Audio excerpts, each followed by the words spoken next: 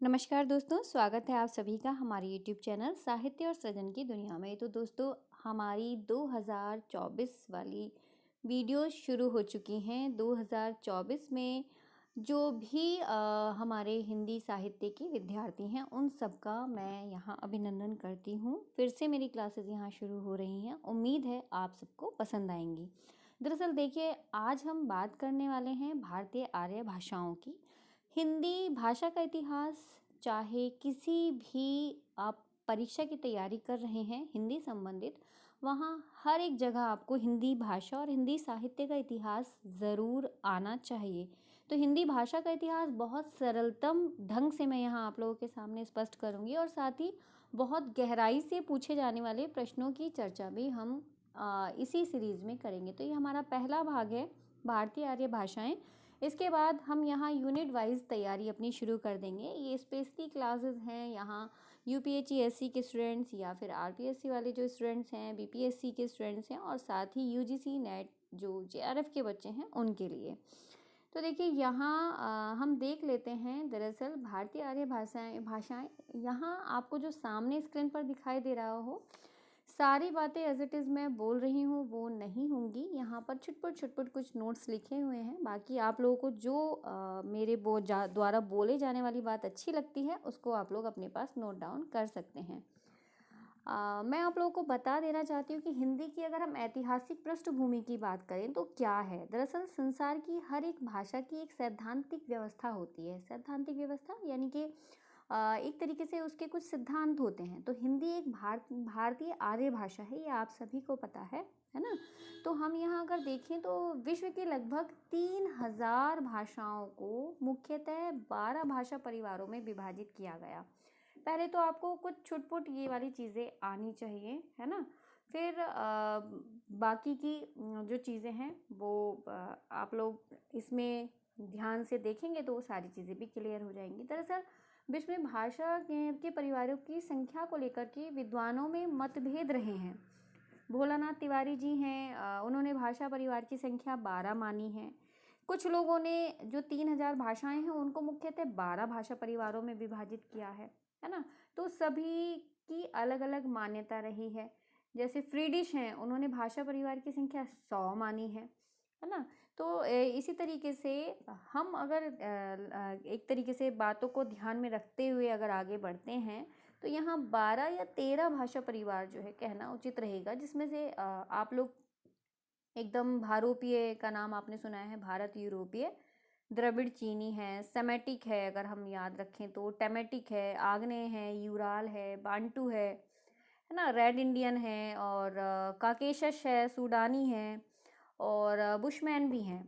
आगे मैंने बहुत सारी डिटेल आप लोगों को दी हुई है। मैंने अति लघु प्रश्नों की यहाँ पर एक सीरीज़ भी डाली हुई है। पार्ट 2 में मैंने हिंदी भाषा के इतिहास को समेटा है अति लघु प्रश्न में। वो वीडियोज़ आप लोग ज़रूर देखिएगा, इसके डिस्क्रिप्शन बॉक्स में मैं दे दूँगी। तो वहाँ पर ये जो मैं प्रश्न आप लोगों से अभी बातें कर रही हूँ तो इससे काफ़ी मैटर आप लोगों को वहाँ मिल जाएगा। तो देखिए, सीधी सी बात है, हम आगे बढ़ते हैं कि भारतीय आर्य भाषा को अगर हम कहें तो जो 12 भाषा परिवारों में भारोपीय समूह विश्व का अत्यंत विस्तृत भाषा परिवार है ना, भारोपीय समूह। तो हिंदी इसी भाषा परिवार की भाषा है, और इस भाषा परिवार की भारतीय शाखा को ही एक तरीके से हम भारतीय आर्य भाषा कहेंगे, है ना। तो ये जो भारतीय आर्य भाषाएं हैं, इनको हम 3 कालों में विभाजित करके देखते हैं। तो यहाँ हमने हिंदी की ऐतिहासिक पृष्ठभूमि के साथ साथ थोड़ा सा भारतीय आर्य भाषाओं को समझा है कि जो ये प्राचीन भारतीय आर्य भाषाएं हैं, मध्यकालीन भारतीय आर्य भाषाएं हैं, ये हैं क्या। तो भारोपीय परिवार मैंने आपको बताया कि भोलानाथ तिवारी ने भाषा परिवार की संख्या 13 मानी है। और यहाँ हम बात अगर करते हैं तो भौगोलिक क्षेत्र और भाषा परिवार संबंधित मैंने जो वीडियोस आप लोगों को बता रही हूँ वो मैं आप लोगों के लिए डिस्क्रिप्शन बॉक्स में दे दूँगी, वो आप ज़रूर देखिएगा। आपके बहुत सारे क्वेश्चंस वहाँ से हल हो जाएंगे। यहाँ हम बात करें भारतीय आर्य भाषाओं की तो एक चीज़ और मैं बता देना चाहती हूँ कि कुछ लोगों ने इसका समय प्राचीन भारतीय आर्य भाषाओं का समय 15,000 ईसा पूर्व से 500 ईसा पूर्व तक माना है। आज हम प्राचीन भारतीय आर्य भाषाओं को ही देखेंगे, और बाकी जो अन्य भाषाएं हैं उन पर हम नेक्स्ट वीडियोस में चर्चा करेंगे टाइम टू टाइम। तो हमें आज देखना है प्राचीनतम आर्य भाषाओं को देखना है। तो प्राचीनतम आर्य भाषाओं का समय 15,000 ईस्वी पूर्व से 500 ईसवी पूर्व तक भी बताया जाता है। साथ ही आपको एक चीज़ और बता देती हूँ, कुछ लोगों का मानना है कि ये 1500 से ना हो करके ये 2000 है, ठीक है। 2000 ईसा पूर्व, आजकल जो है 2000 ईसा पूर्व ही माना जा रहा है। पहले कुछ गाइड बुक आती थी, उसमें 1500 भी आपको देखने के लिए मिलेगा। तो 2000 ईसा पूर्व से 1000 ईसा पूर्व के अगर हम समय की बात करते हैं तो वह होता है हमारा वैदिक संस्कृत का। और उसके बाद दूसरा हमारा होता है लौकिक संस्कृत का 1000 ईसा पूर्व से 500 ईसा पूर्व तक। तो इसको अगर हम इस तरीके से बांट के देखें गाइस, तो मैं आपको यहीं पे हल करके बता देती हूँ, तो आप लोगों के लिए आसान रहेगा। हालांकि आगे भी मैंने इसको पैटर्न में दिया हुआ है, आप लोग देख सकते हैं। तो भारतीय आर्य भाषाओं को जब हम डिवाइड करते हैं तो 3 भागों में बांटा है, प्राचीन, मध्यकालीन और आधुनिक भारतीय आर्य भाषाएं। तो आज हम किस भाषा पर बात करने वाले हैं गाइस? प्राचीन भारतीय आर्य भाषाओं पर हम बात करने वाले हैं, ठीक है। अब मैंने आपको समय बता दिया है कि इनका समय जो है वो क्या माना गया है।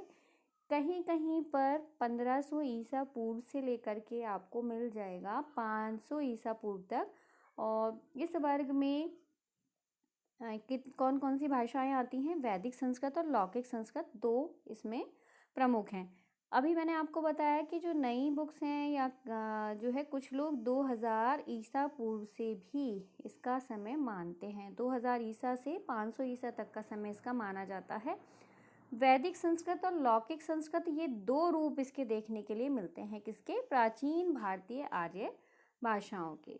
ओके गाइज, तो इसके अतिरिक्त अगर हम आगे इसमें जाएं तो आप देखेंगे वैदिक संस्कृत होता क्या है। दरअसल हम वैदिक संस्कृत को समझेंगे तो वैदिक संस्कृत को किस तरह से हम समझेंगे, और वैदिक संस्कृत का भी अगर समय पूछ लिया जाए, मानिए हमने अभी जो समय याद किया वो समय हमने देखा केवल प्राचीन आर्य भाषाओं का कब से कब तक रहा है, लेकिन इसमें भी अगर वैदिक संस्कृत और लौकिक संस्कृत के अगर समय को विभाजित कर दिया जाता है तो क्या होगा, तो उसको भी हम थोड़ा सा देख लेते हैं कि जो वैदिक संस्कृत का है उसका समय अधिकतर मतलब जो देखने के लिए मिलता है वह समय हमारा माना जाता है 2000 से, ठीक है, 2000 ईसा से लेकर के 1000 ईसा पूर्व तक का जो समय है। इसमें बहुत कंफ्यूजन हो जाता है एक्चुअली गाइस, तो मैं यहाँ ना चीज़ों को क्लियर कर देना चाहती हूँ, ठीक है। तो 1000 ईसा पूर्व तक का जो समय है ये हो जाता है हमारा वैदिक संस्कृत का।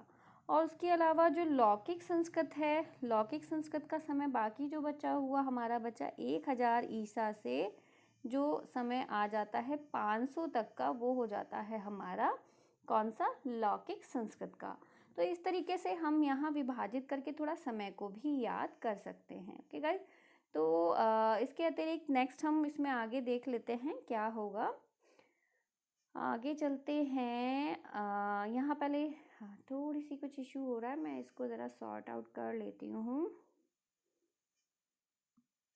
ओके, ठीक है ठीक है, चलिए देखिएगा यहाँ हम वैदिक संस्कृत की बात कर रहे हैं कि वैदिक संस्कृत क्या है या वैदिक भाषा क्या है।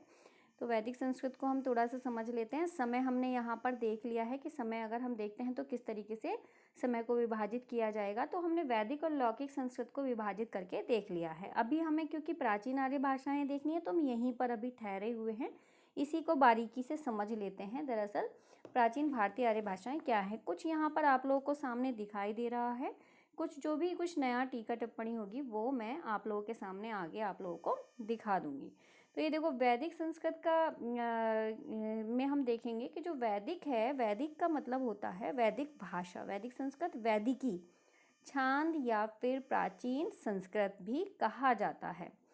वैदिक भाषा का प्राचीनतम रूप ऋग्वेद में सुरक्षित है।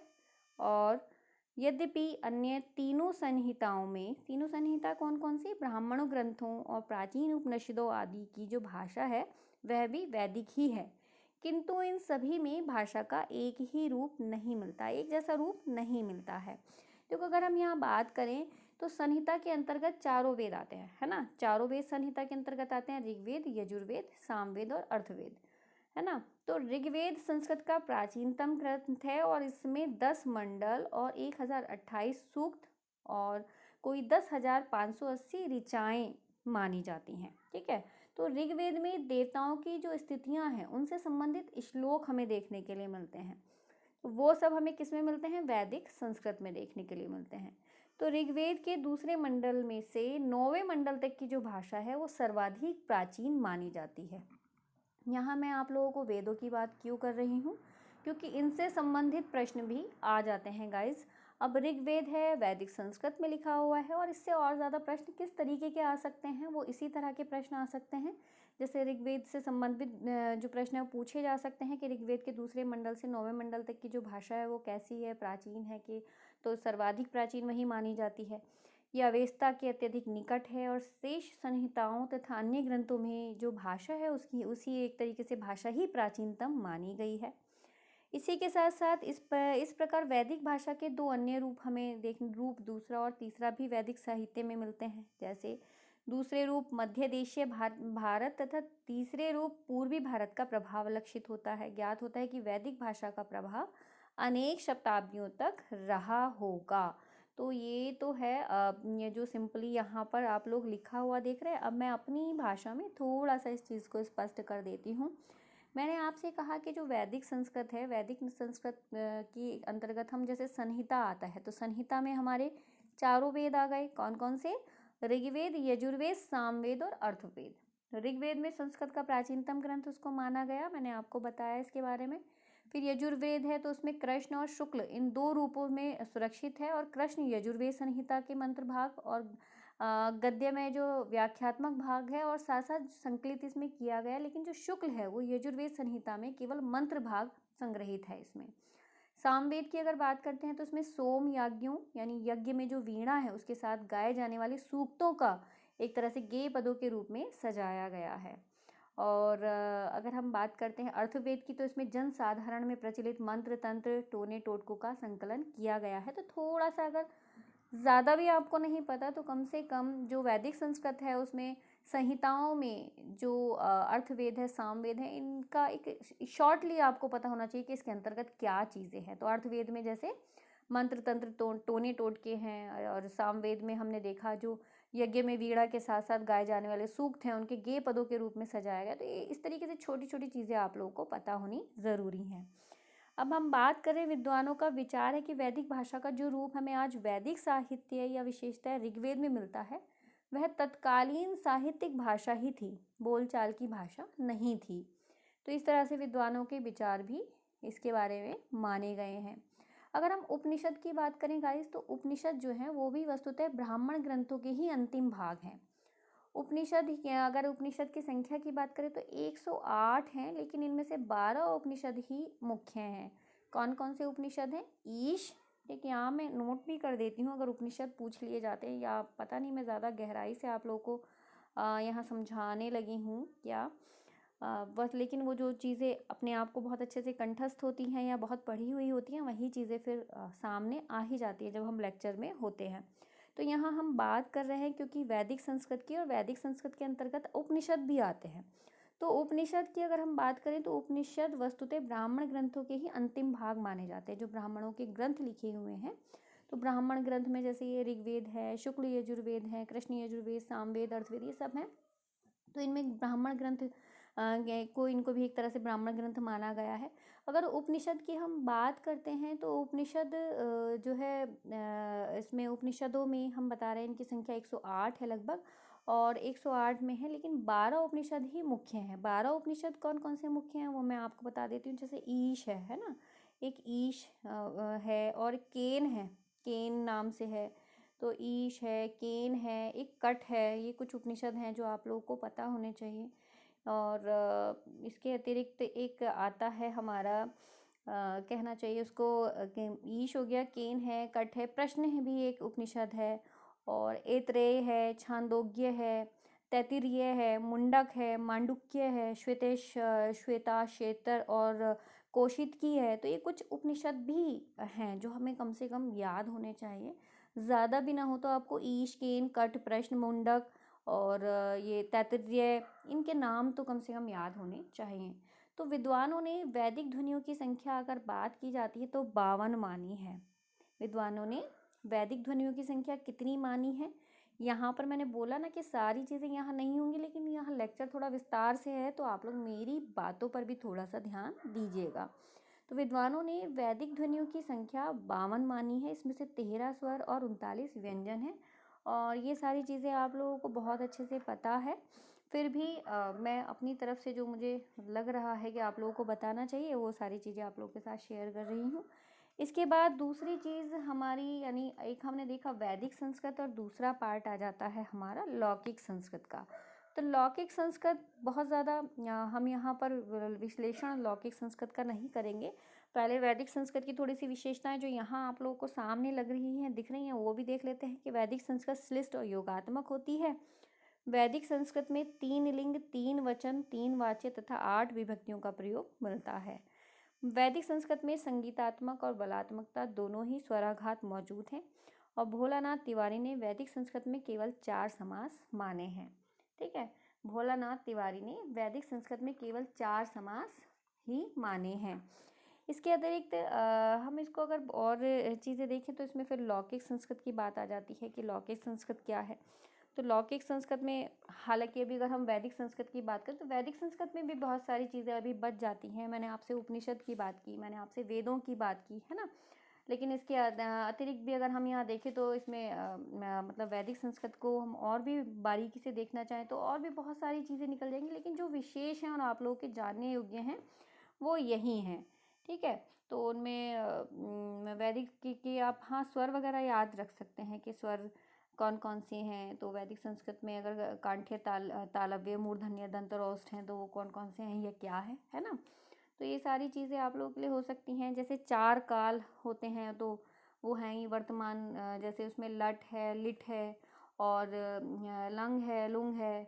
तो इस तरीके से 6 भाव इसमें दिए गए हैं। वैदिक संस्कृत में 6 भाव होते हैं। लोट है, विधिलिंग है, फिर इसी तरीके से आश्रलिंग होता है, रणलिंग होता है, लेट होता है, तो लेंड होता है। तो ये कुछ 6 भाव इसमें होते हैं। तो क्रिया के 6 काल और भाव भेद को ही लकार इसमें कहा गया। तो इसी तरीके से ये वैदिक संस्कृत है, लेकिन इतना ज़्यादा आप लोगों को मैं गहराई में यहाँ नहीं ले जा रही हूँ, क्योंकि जितना ज़रूरी है उतना आप लोगों के सामने स्पष्ट रूप से यहाँ रख रही हूँ। लौकिक संस्कृत की अगर हम बात करें तो प्राचीन भारतीय आर्य भाषा का दूसरा रूप संस्कृत है। इसी को लौकिक संस्कृत या क्लासिकल संस्कृत भी कहा जाता है। यूरोप में जो स्थान लैटिन भाषा का है, वही स्थान भारत में संस्कृत का है। यहाँ तो भारत में रामायण महाभारत से भी पहले से लेकर के आज तक संस्कृत में साहित्य रचना हो रही है। बिल्कुल ठीक बात। गुप्त काल में संस्कृत की सर्वाधिक उन्नति हुई थी। इसका साहित्य विश्व की जितनी भी समृद्धतम साहित्य हैं उनमें से एक है। वाल्मीकि, व्यास, कालिदास, इन सब की महान विभूतियाँ हमें देखने के लिए मिल जाती हैं। विश्वविख्यात महाकवि कालिदास का अभिज्ञान शाकुंतलम ही ले लीजिए, जो नाटक संस्कृत भाषा श्रृंगार है। विश्व की अनेक भाषाओं में संस्कृत के अनेक ग्रंथों का अनुवाद हुआ है। तो ये भाषा विज्ञान की दृष्टि से संस्कृत का महत्व बहुत अधिक है। संस्कृत के अध्ययन के कारण ही यूरोप में आधुनिक युग में तुलनात्मक भाषा विज्ञान का प्रारंभ हुआ है। ठीक है, संस्कृत का विकास उत्तरी भारत में बोले जाने वाली वैदिक कालीन भाषा से माना जाता है। और इसकी अगर और गहराई से देखें तो यद्यपि भारत के मध्य भाग और पूर्वी भाग में बोलचाल की भाषाओं का प्रभाव भी उस पर रहा होगा। लगभग 8वीं शताब्दी ईसा पूर्व में इसका प्रयोग साहित्य में होने लगा था। यह वह अवस्था है जब संस्कृत की आधारभूत भाषा का प्रयोग बोलचाल की भाषा और साहित्यिक भाषा दोनों के रूप में हो रहा था। अनुमान किया जाता है कि लगभग ये 5वीं शताब्दी या कुछ क्षेत्रों में उसके बाद तक संस्कृत की आधारभूत यह भाषा बोली जाती थी। तब तक उत्तर भारत में कई अन्य ऐसी बोलियां भी जन्म ले चुकी थीं, जिनसे आगे चलकर अनेक प्राकृतों, अपभ्रंश और आधुनिक आर्य भाषाओं का विकास हुआ है। लगभग ये 5वीं शताब्दी या 7वीं शताब्दी में पाणिनि ने संस्कृत की इस आधारभूत भाषा को व्याकरण के नियमों से बद्ध करके एक रूपता प्रदान की और यह भाषा संस्कृत कहलाने लगी। तो गाइज, आज हमने जो चर्चा की है, आज हमने जो क्लास ली है, वह ली है प्राचीन भारतीय आर्य भाषाओं पर। और प्राचीन आर्य भाषाओं को हमने 2 भागों में बांटा हुआ पाया, वैदिक संस्कृत और लौकिक संस्कृत में। और दोनों पर हमने थोड़ी सी यहाँ आप लोगों ने नोट्स के ज़रिए पहले कुछ चीज़ें देखी, और थोड़ा सा जो मैं आप लोगों को बता सकती थी अभी इतनी छोटी वीडियो में, मैंने पूरा प्रयास किया है। अगर आप लोगों को वीडियोस पसंद आती हैं तो प्लीज़ वीडियो को लाइक कीजिएगा और कमेंट्स बॉक्स में ज़रूर बताइएगा आप लोगों को क्लास कैसी लग रही है।